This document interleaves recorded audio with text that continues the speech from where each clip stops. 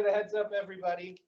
All right, so you've got your charts here, and you've also got it printed for you on your handout there. Now, I think this is a pretty helpful chart. I did not come up with this myself. It's from the People's Bible books that we have on the shelves there between the restrooms. So excellent chart, but it kind of gives us the history of Babylon coming to Israel and Israel coming back from Babylon and Persia. So just take about 30 seconds, study that chart on your own, and then we'll get into those questions. Just look that chart over.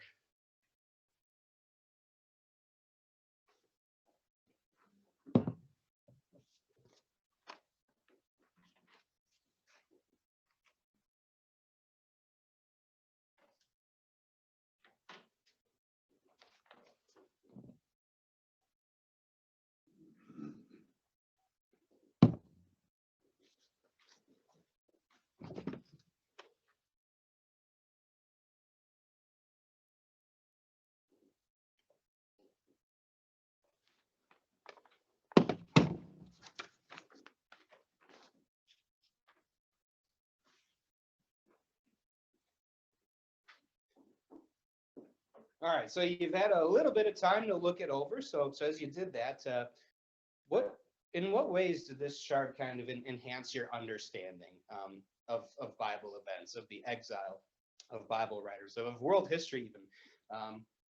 What did you find in this chart?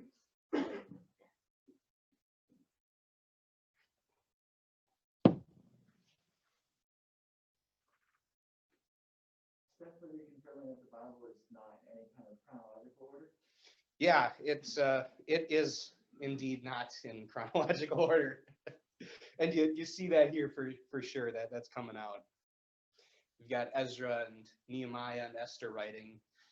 They show up in the Bible first, even though they were after Jeremiah and Ezekiel and Daniel for the most part. Good. Anything else?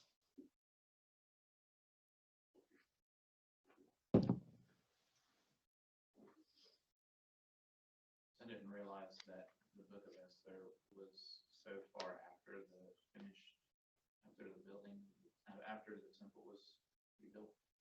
Yeah, the chronology of those three books is kind of interesting. So we've got Ezra 1 through 6, which is the story of the first group of people coming back, and they build the temple and build the altar and they celebrate the Passover and all that. And then there's about a 50-year gap between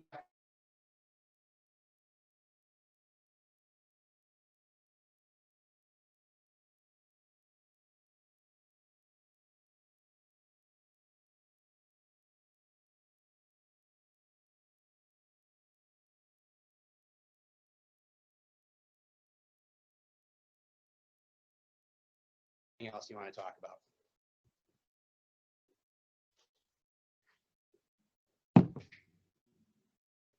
So then, is there anything that you'd like clarified? Is there anything in here that's not really making sense, or do you have any other questions on this chart that we could try to tackle before we move on? In Nehemiah, doesn't Nehemiah mention Malachi in that book? Trying to think. I don't know if he does. I would have to go back and look. My question is, since they were kind of contemporary writing, is it the same person? I seem to recall that there being a Malachi mentioned in. Yeah, I can't remember. I know Haggai and Zechariah are mentioned in Ezra, but yeah, I can't remember if Malachi is mentioned in the book. They're writing. Malachi is writing about the same issues that Nehemiah is confronting at the towards the end of his book. So there's a lot of overlap, and they're addressing the same sinful issues that we'll talk about here in a little bit. But they're addressing the same things in Israel. They're writing at the same period. I would have to go back and look though, because I'm curious, but I don't know. I can't answer that for sure. Any other questions or thoughts? Why is 70 years captivity on a place? Okay. So there's a couple of different ways that, so the question is, when does the 70 years start and when does the 70 years end? So some people will take the 70 years as beginning in 605, the first year that Babylon comes and carries off people in exile. And they will take that up until just when the temple starts to be built. So if we take that route, it's not exactly 70 years, it's 69 years, close enough, it's 70 years. The other way of dating it is from the time the temple is destroyed in 586 to the year when it is completed in 516, which would be exactly 70 years. So yeah, there's a couple of different ways that people have tried to figure out the date. When should we consider these 70 years as beginning, and then when should we consider them as coming to a close? Anything else?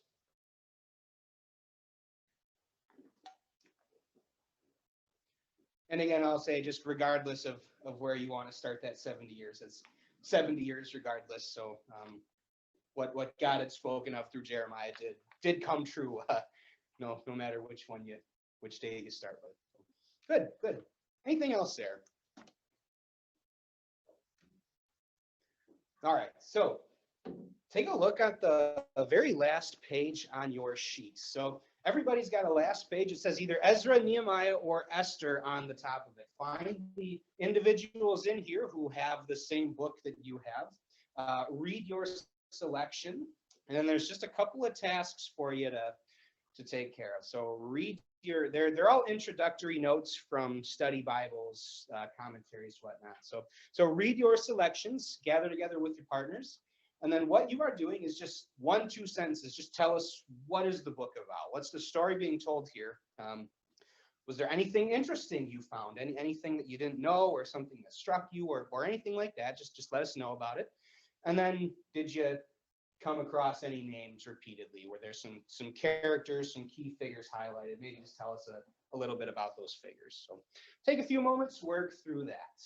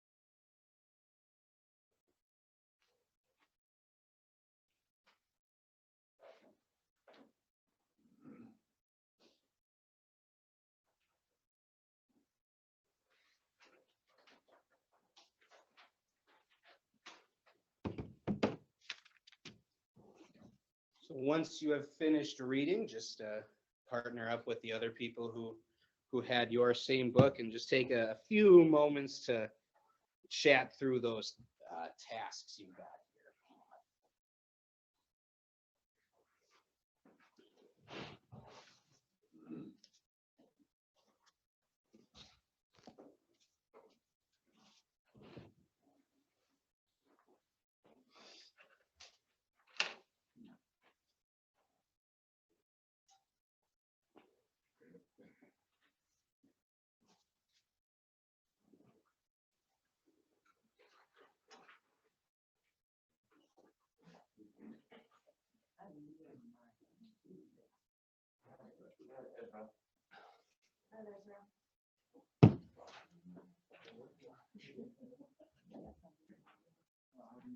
Yeah, they were randomly scattered.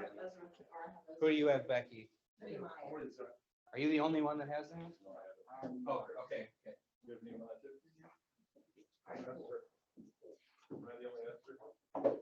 You may be. The people online have Esther too. Oh, perfect. So Robin and whoever else is on, we're Esther.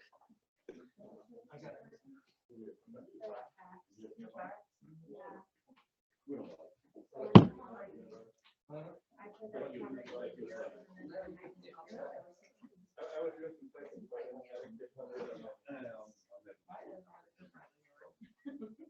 Oh yeah, they're not all the same readings either. Should have clarified. Yeah, they're not the same. No. Yes. Yeah. All right, Rick. So yeah, we're doing some group work. So we're Ezra. I think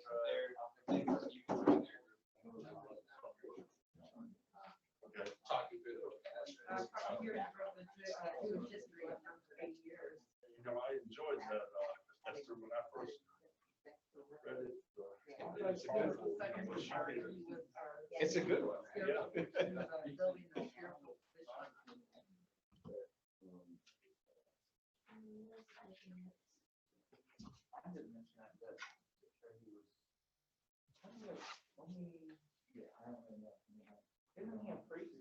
Who?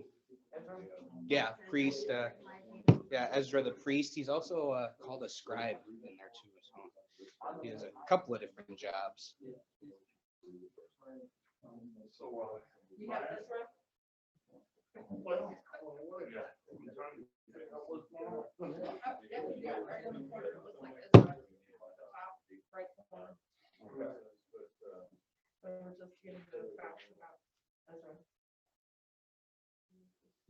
Yeah, I mean, it just breaks it down, so like chapter number 6 is telling us it was going to be exile. And then chapter 7 to 10. It's relating to coming to the return exiles. This is the first 8 years, 40,000 years more. Yes. So they were Israelites in person. You know, so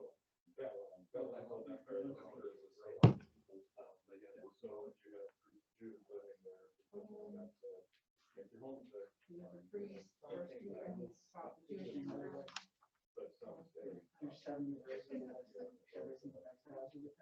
He was the second return. Yeah, Second leader. He was the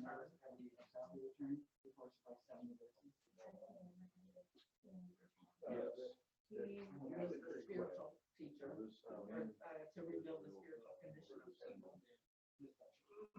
A lot of names.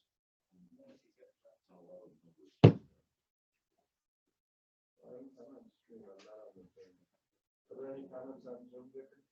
I have not heard anything. No, nothing in the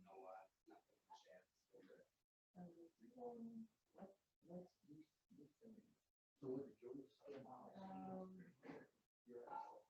So, this is the notes from the study, Charting my interest. and anyway, it gives the background, same time as Ezra and Nehemiah.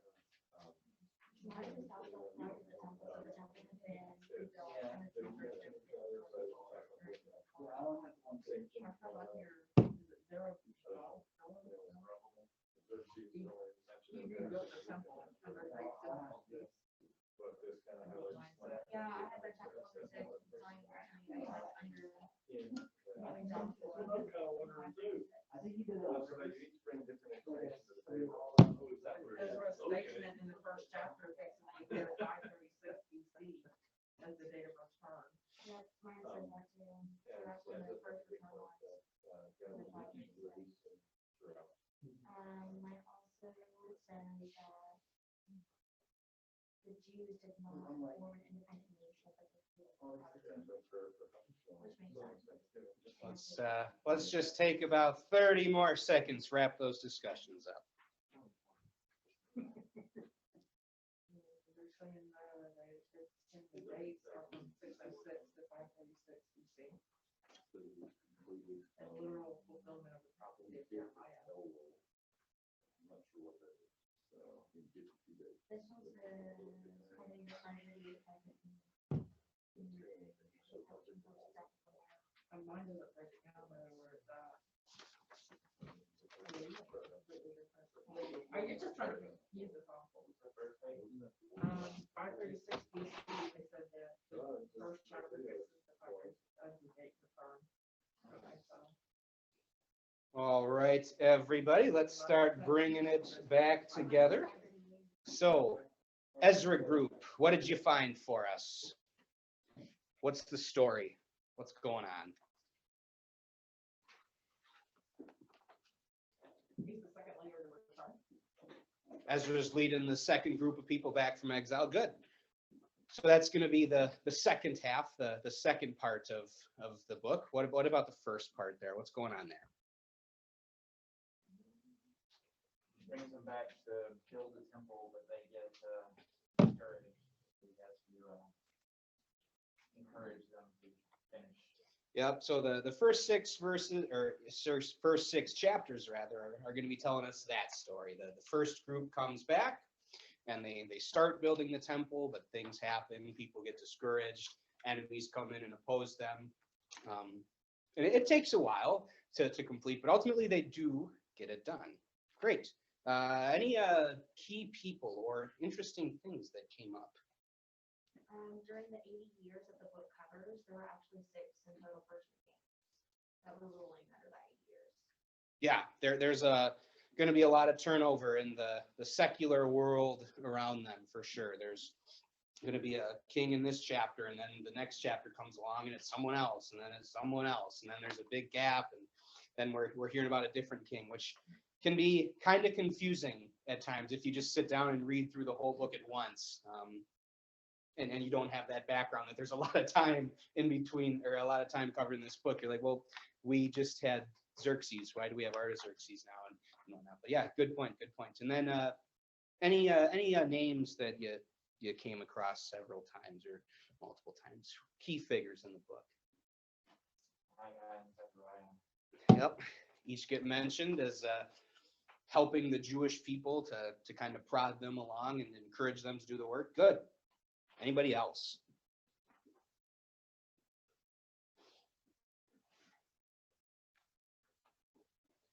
And of course, you're going to have Ezra too, right? I mean, he wrote the book, his name's on there. He leads that second group of people back and carries out a lot of religious reforms. Were there any other names that you saw in your reading that you came across? Perhaps Esther lives and rules as queen and leader. Okay, so yeah, so your reading talked a little bit about some things that are going on throughout the empire that are impactful on the Jewish people, and we'll save that one for the Esther people. And then Zerubbabel, yeah, yeah, that's a tough one. He led that first group of people back from exile, and he was kind of the one who oversaw and headed up the building of the temple there. Excellent. Anything else, Ezra people? All right, Nehemiah people, what did you find? Okay, so Nehemiah was kind of split into 2 parts of the book.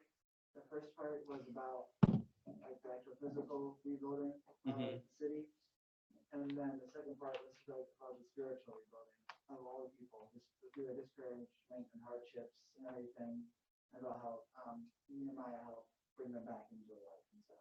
Yeah, I like that. That's a really good, simple outline of the book. We've got physical rebuilding of the walls, and then kind of like we see at the end of Ezra, we've got some issues that we need to deal with, some spiritual issues that Nehemiah does deal with. Good. People, interesting things you found. So on, so forth. Yeah, there's a few of those in there. The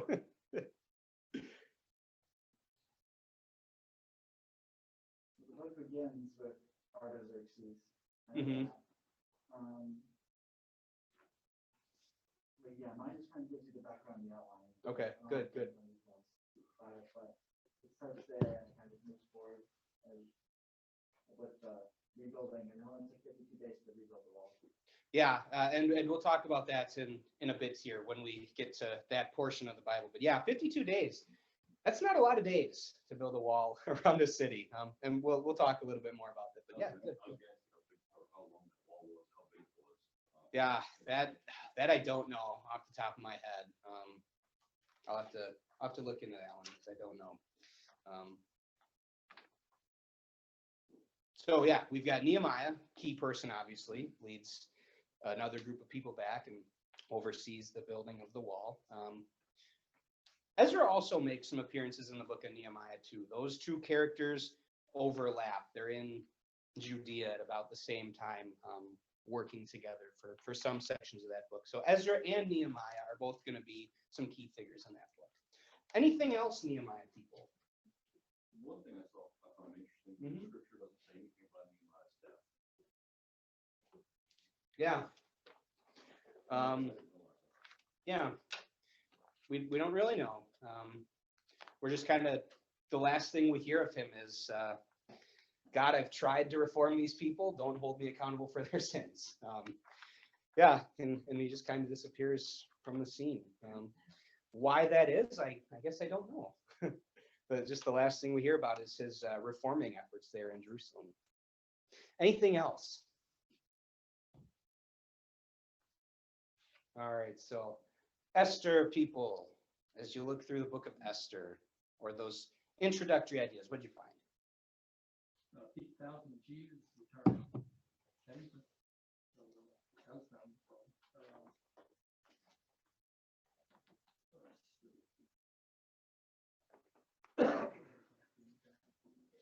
Yeah, so the story is just that in Persia, there's a plot against the Jews. God has Esther in the right spot at the right time,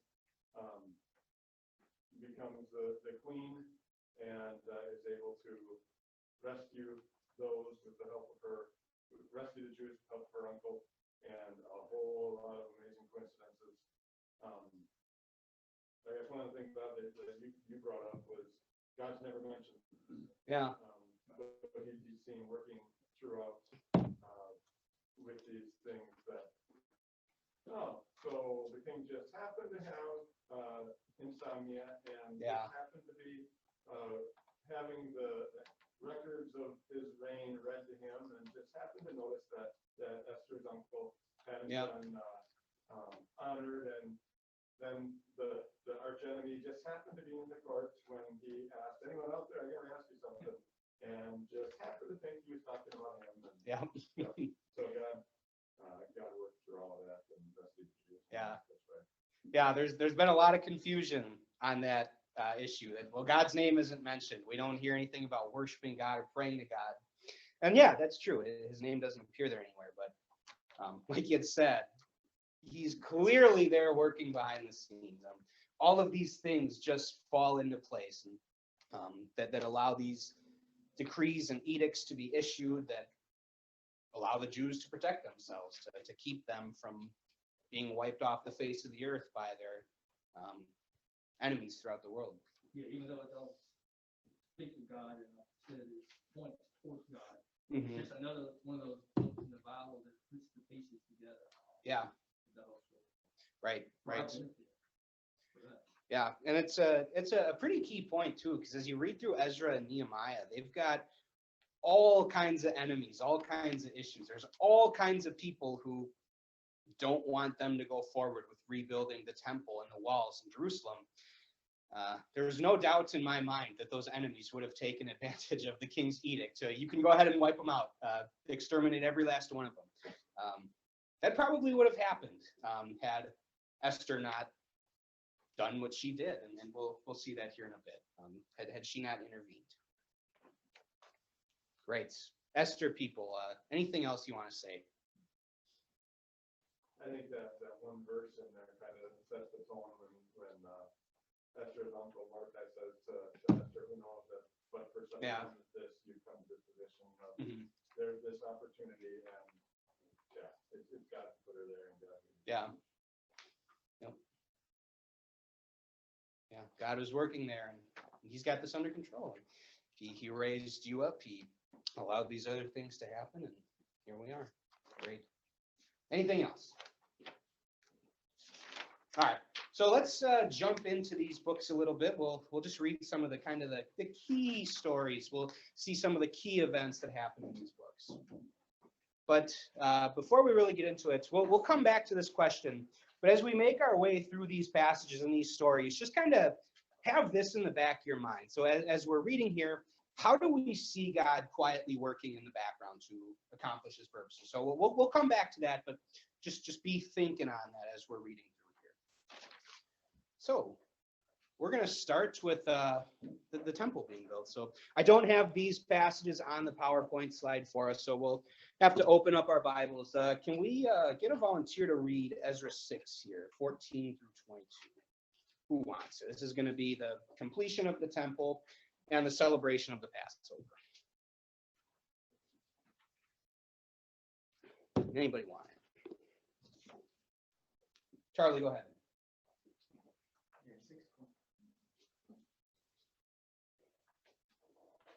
So the elders of the Jews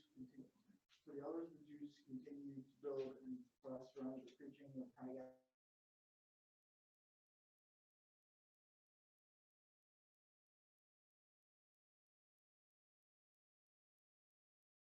The decrees of Cyrus, Darius, Artaxerxes, kings of Persia. The temple was completed on the third day of the month, in the 6th year of the reign of King Darius.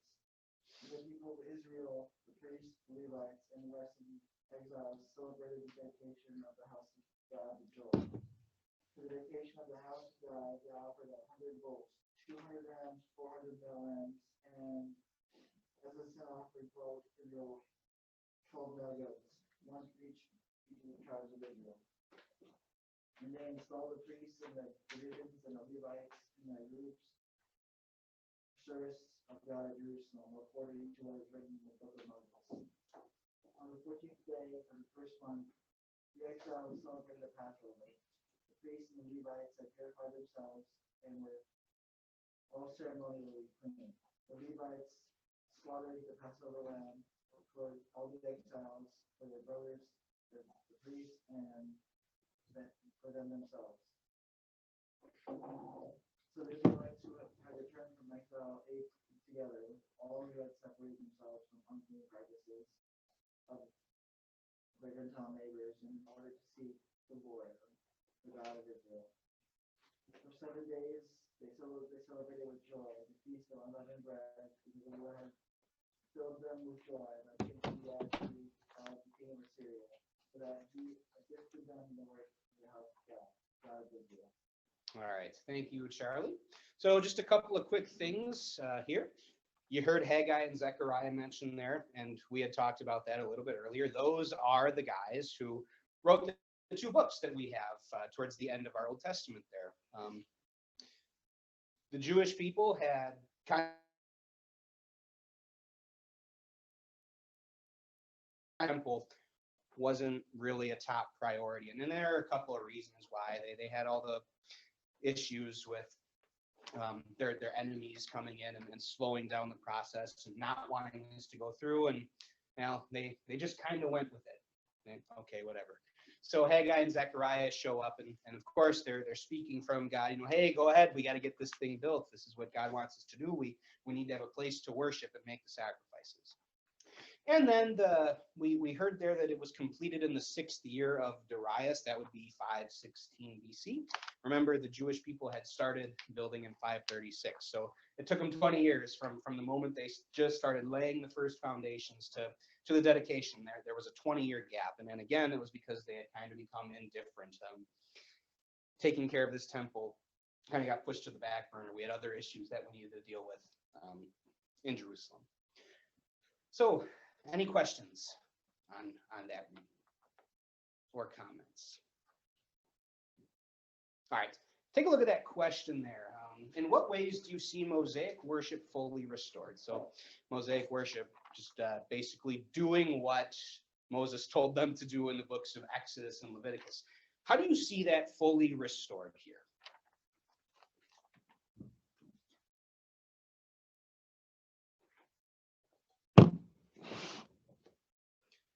What elements are jumping out to you or coming to mind from these verses?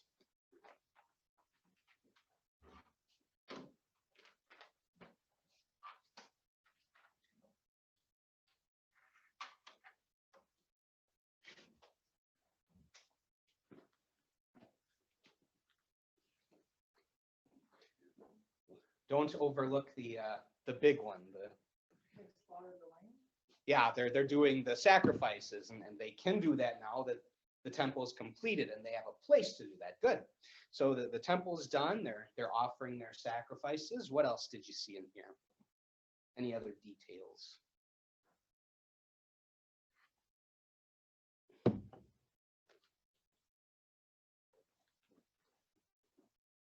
There's a couple of festivals mentioned here. Yep, so they celebrate the Passover, and they also celebrate unleavened bread, which was supposed to follow for 7 days right after Passover. Good. Anything else?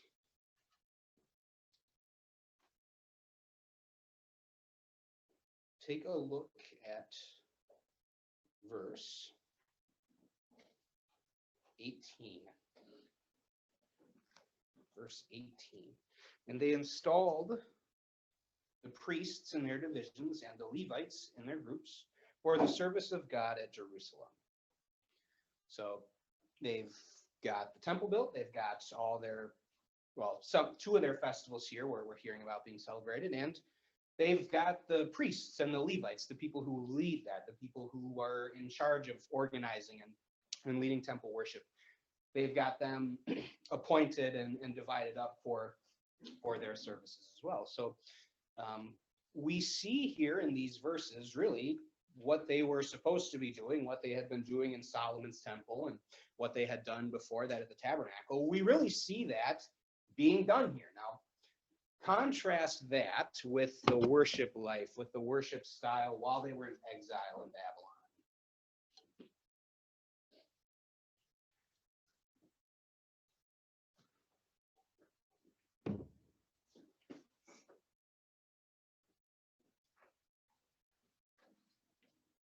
So what were they not doing while they were in Babylon?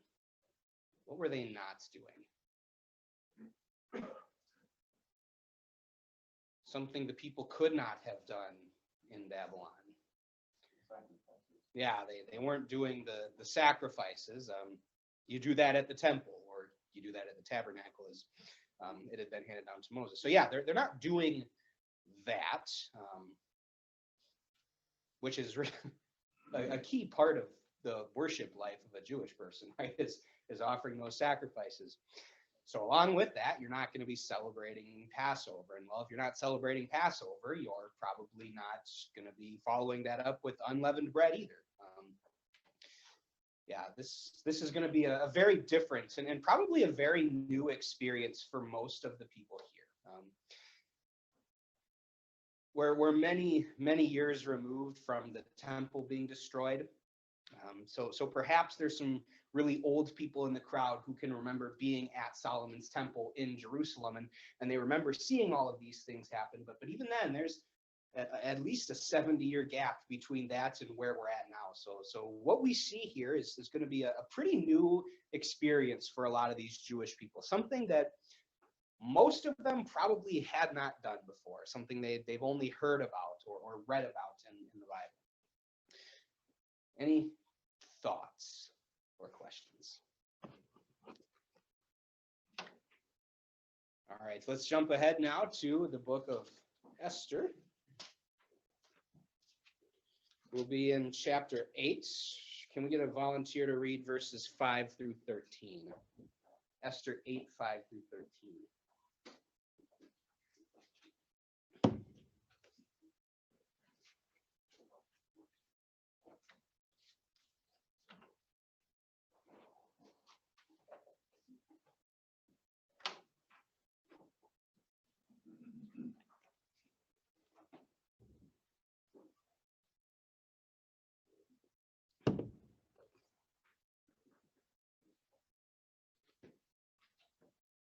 Becky, go ahead.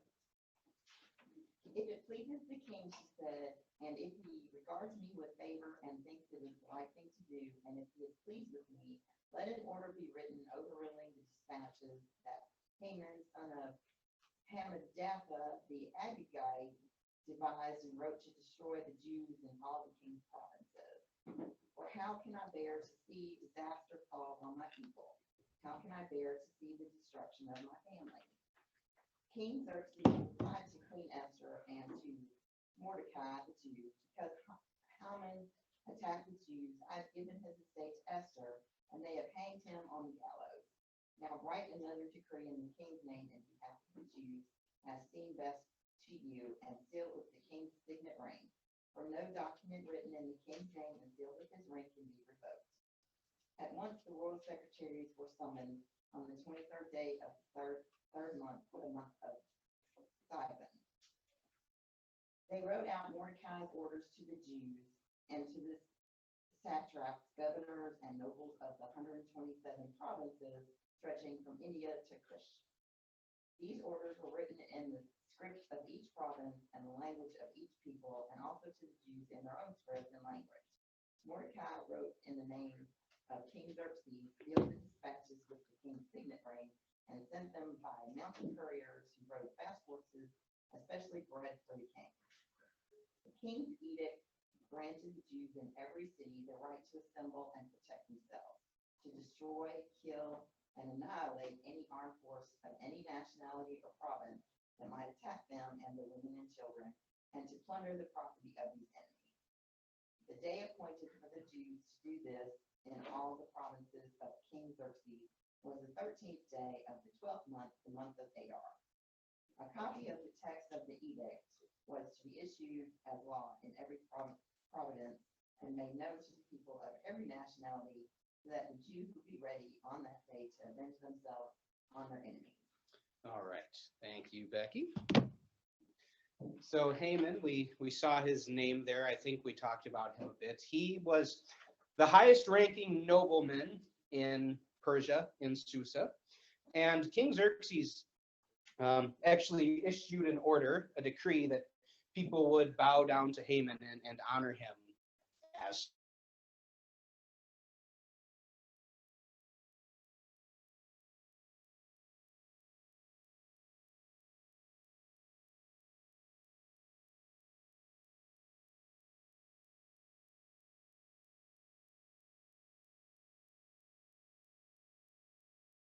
to issue this edict, basically just giving people throughout the empire a free-for-all on the Jewish people. The goal, the idea here being that we're going to get rid of every last one of them. They're all going to be wiped out. So that is the Haman that we hear about here. And ironically, he was actually killed on the gallows that he had set up for Mordecai. But that is Haman, and that should give us a little bit of enough background here, I think, to answer this next question. So describe the impact this edict in Susa, the capital of the Persian Empire, describe the impact this edict in Susa would have had on Jewish people in Jerusalem, roughly 1,000 miles away. So there's a lot of distance there between where this is going on here in Susa and where the Jewish people are in Jerusalem. Still very effective for them nonetheless. Describe the impact here this edict would have had. I mean, as long as they're still in the Persian Empire, it would still affect them. Obviously, it probably wouldn't be as great, it's kind of far away, but it's still going to be everything's still going to happen exactly as it was in Susa, so not exactly, but it's similar to what happened in Susa. Yeah. The Jewish people here, they're back in Jerusalem, they're back in Judea, but they're still very much so under the auspices of the Persian Empire. So this edict, yeah, I had mentioned it earlier. There were people in Jerusalem that would have taken full advantage of this edict to wipe them all out. But now the second one comes around, and while the Jewish people, they can protect themselves, and actually they can go out of their way to become the aggressors. They can kill their enemies themselves who wanted them so badly. And as we read on later in the book too, we know that the Jewish people were able to carry this out pretty well. And of course, the Jewish people are still here today. They didn't get wiped off the earth. So we know that this edict was very impactful on those people. Excellent. Anything else you want to say here? All right, this next section is a lot shorter, and I actually do have this one on the slide for you. So, who wants to read it? Nehemiah 6. Who wants it?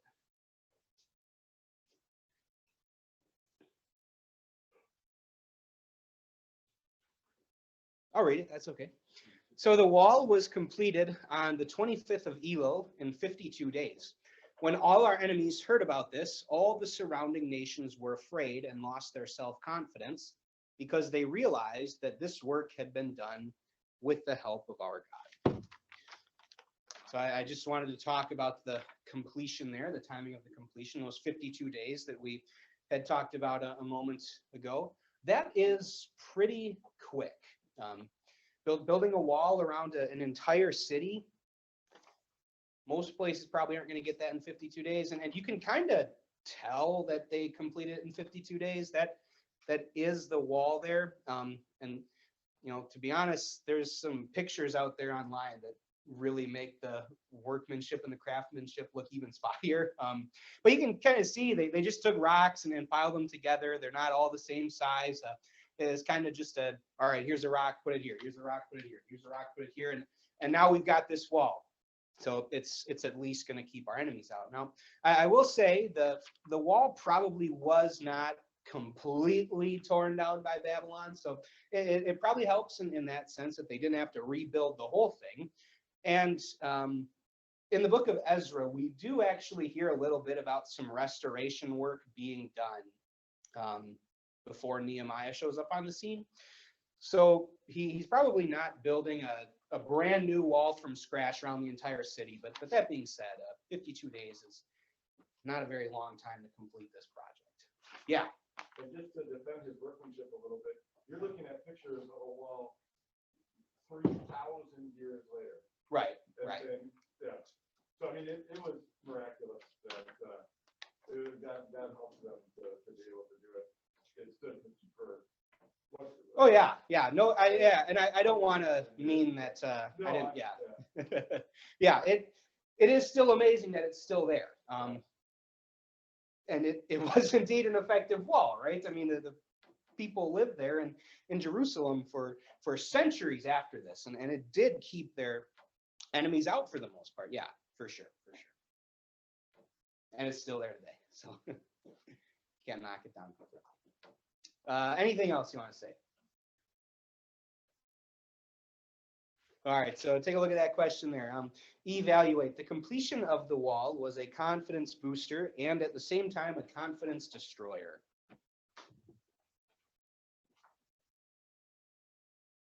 This depends on who you're talking about. Yeah, right.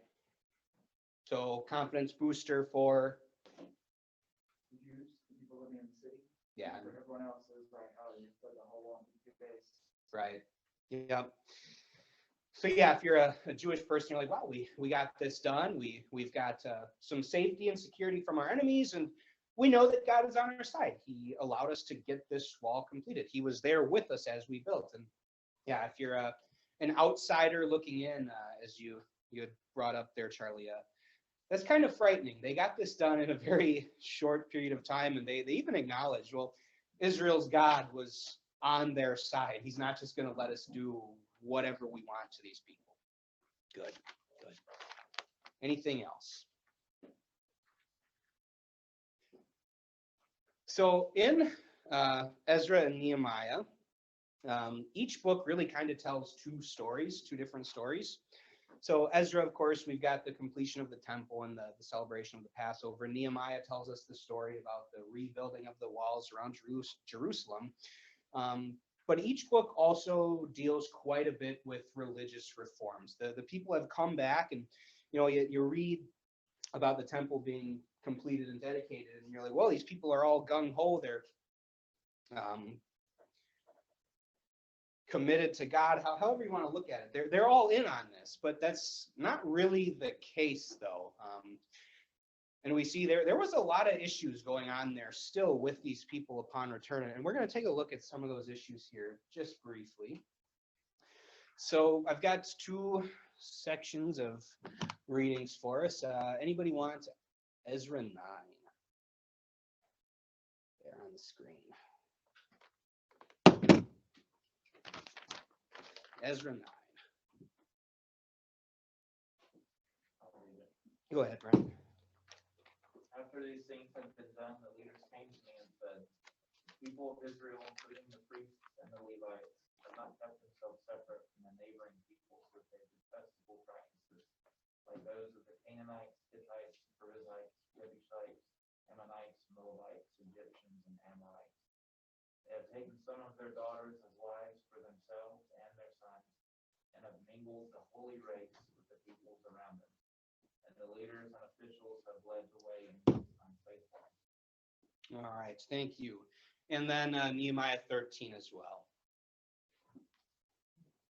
Anybody else? Or Brian, if you want, you can add it too. Okay. Go ahead. I also learned that the portions assigned to the Levites had not been given to them. In those days I saw people in Judah treading wine presses on the Sabbath. Moreover, in those days I saw men of Judah who had married women from Ashdod and Ammon and Moab. All right, so you've seen some of those issues there going on with these people after they return, after they rebuild their temple, and after they rebuild their wall. You see the picture there. Mistakes are meant for learning, not repeating. Apply that to those people in Israel, in ancient Israel, who had just come back and rebuilt their city.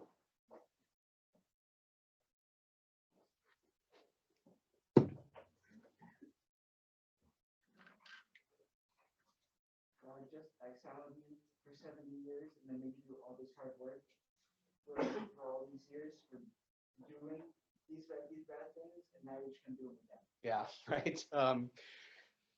You'd think they would have learned. The things that we read about there in Ezra and Nehemiah were the same things that they had done for centuries, which resulted in their city being destroyed and the people being carried off hundreds, thousands of miles away. Anything else you want to say here?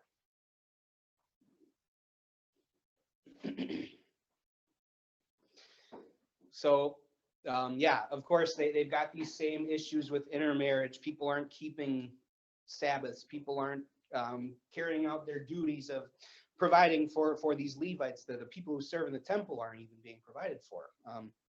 And in Ezra 9 and Nehemiah 8 and 13 in particular, we're going to see those guys' efforts to kind of clear that up. I mean, Ezra gets up in front of the assembly of all of Israel, and he reads the entire books of the law to them, Genesis through Deuteronomy. He reads them all in their hearing.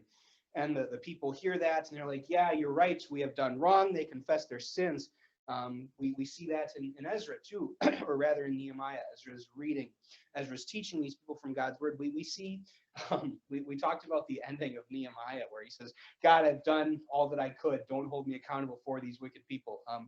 In that same section, Nehemiah actually goes up to some of these people who've done these things, and he beats them up. He rips out their hair and rips out hair from their beards. Like, this is ridiculous. God, stop doing this. So there were a lot of reform efforts that still needed to take place. And of course, we see that in some of those later prophets as well. Haggai, Zechariah, Malachi, issues that still need to be resolved there with those people. So I said we would come back to that idea I had there on the screen. How do we see God working? So take a look at that next question you've got there. So compare and contrast the ways we see God working in Ezra, Nehemiah, and Esther with what we see in other Old Testament books. So you see the note there. Think along like Exodus or Kings, some of those books where we see a lot of different things happening and a lot of fast-paced things. So we'll split into two groups here. So we'll take Brian, Rick, Michelle, and Kylie, and then Becky and Chris, if you want to join with Charlie and Bob, that would be great. So talk through that question there, comparing and contrasting the way we see God working in these three books with what we see elsewhere in the Bible.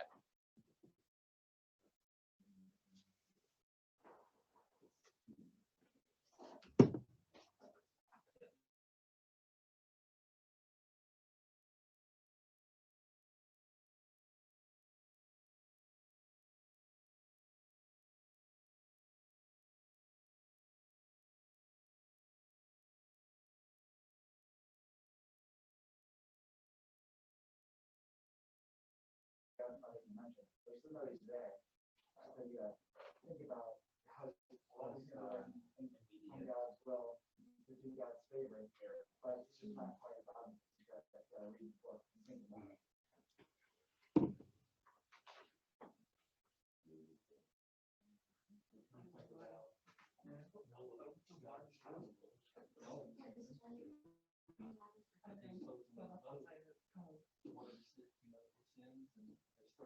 To me, the problem about it, God gives them a chance. He keeps giving them chances over and over and over.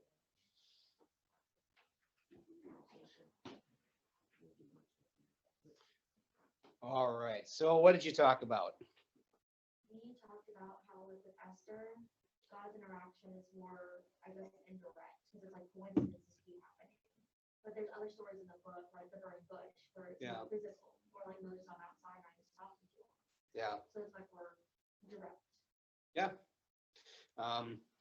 We don't see some of these kind of things that we see on the screen here happening in Ezra and Nehemiah or